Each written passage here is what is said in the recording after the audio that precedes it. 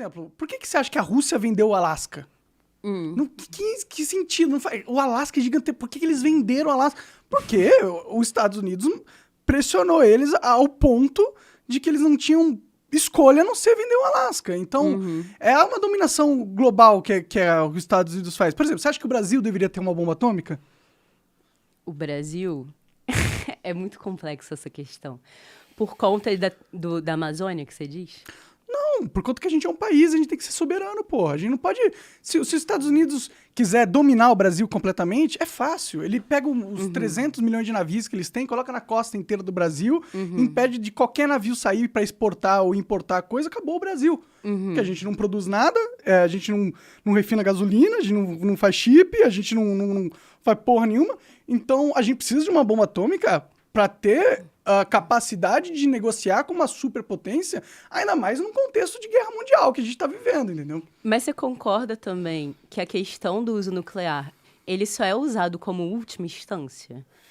Por conta, principalmente, dos seus fatores de risco, de radiação, de contaminação de solo. Não, mas não acho que a gente tinha que ter para usar. A gente tinha que ter para nunca usar, entendeu? É ter para conseguir entrar na mesa... De negociação. Exato.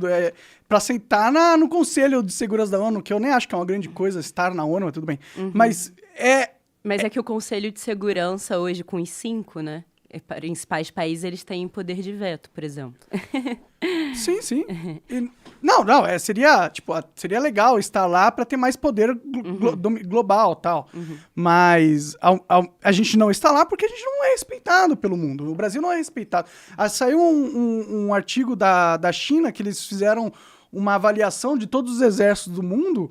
O brasileiro está em 4º lugar de pior, né? O 4º pior exército do mundo, o 2º pior exército do mundo. Então... Tá, vamos lá. Você entende o que é uma guerra de 4ª geração? Senão posso explicar o que é. São as guerras econômicas e tecnológicas. Guerra irregular, exato. De narrativa. As guerras híbridas, né? Exato. Guerra híbrida pode estar dentro também dessa transição entre a guerra de 4ª e 5ª geração, porque a guerra de 5ª geração, ela envolveria muito esse ambiente da tecnologia em si. Hackers e tudo mais. Né? Exatamente. Então, vamos lá. Hoje, uma guerra, ela não necessariamente ela tem que ser belicosa. A guerra, ela começa antes. Então, assim, se eu quero dominar um país, eu vou começar a fazer isso, a dominar esse país, eu quero dizer, independente dele ter arma nuclear ou não. Eu consigo fazer isso por outras vias. Não, com certeza. Eu consigo fazer isso de dentro para fora. Então, assim, não necessariamente eu ter o armamento nuclear vai me impedir de ser dominado. Mas ajuda, viu? Ajuda.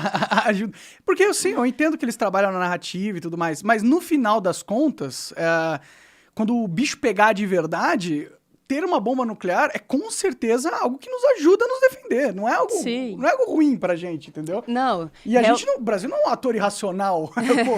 Às vezes parece, né? Mas eu não acho que seja. É esquizofrênico. Mas você tem razão, assim. Quando a gente vai estudar todas essas questões de negociações, do que está acontecendo nas cúpulas internacionais, né? A gente sempre vê que a palavra final, ela vai vir de países, no caso, que tenham mais uma questão, assim, de poderio ou militar ou econômico. Isso é um fato. Sim. É muito difícil, assim, um país ter uma decisão muito importante de afetar, por exemplo, uma grande política econômica mundial e esse país ele não ter relevância nesses aspectos que eu coloquei para você. Isso é muito difícil. Sim. A gente vê, às vezes, a participação de países mais emergentes, por assim dizer, ou então uma potência mais emergente, como a Índia, por exemplo, tendo participação dentro dessa arena internacional em outros assuntos de diplomacia um pouco mais brandos, às vezes para fazer algumas negociações, como você viu, que tentaram atrair o Brasil para fazer negociação na guerra da Ucrânia. Estão tentando até hoje. Não, mas não, é muito difícil. Você acha que a gente vai se manter neutro? Muito difícil. Eu não acho que o Brasil está neutro. Eu acho que pelas falas atuais do atual presidente petista, ele tem um lado na guerra. Mas o Brasil, ao mesmo tempo, votou para condenar a Rússia numa resolução da ONU, entendeu? Sim, pela via diplomática, concordo com você. Só que as falas de um presidente, ela também demonstra a posição que esse país e esse alinhamento que esse país tem. Elas não são desprezíveis. Ele tem falado sobre a paz, ele não tem falado em favor da Rússia, né?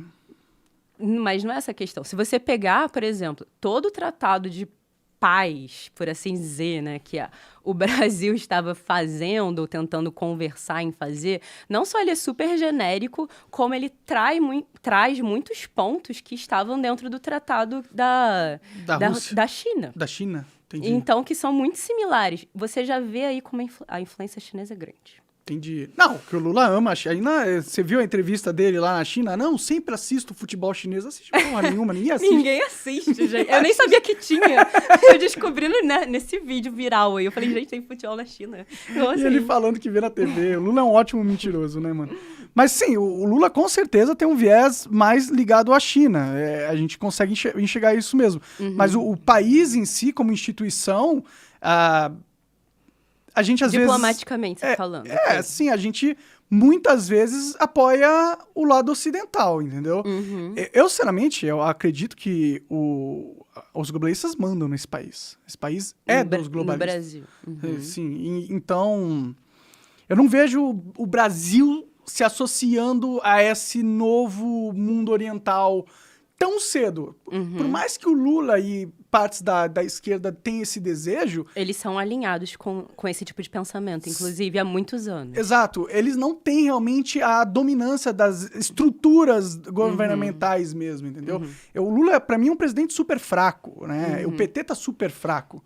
Eles não estão com essa força toda nas instituições, né? É até o vice dele, né? Que é o Gerardo Alckmin. Gente, tem nada a ver.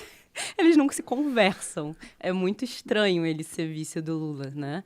Então, talvez tenha similaridades com isso que você está falando, dessa questão de globalismo, né? Por que o Geraldo Alckmin é vice dele? Porque ele é um globalista safado, máximo, tá ligado? E tipo, eles colocaram o Lula na frente da chapa porque era o único nome que ia ganhar do Bolsonaro, né? Ou que pelo menos pareceria ganhar do Bolsonaro. Então, a função do Lula era parecer bonito, ó. Você é a carinha bonita. Agora, mas quem vai decidir o que acontece não vai ser o Lula. Ele é só um fantoche. Os caras tiraram ele da cadeia pra controlar o Brasil, pra manter o controle do Brasil. E olha que eles ainda controlavam com o Bolsonaro, viu? Porque o Paulo Guedes é um globalista, pô.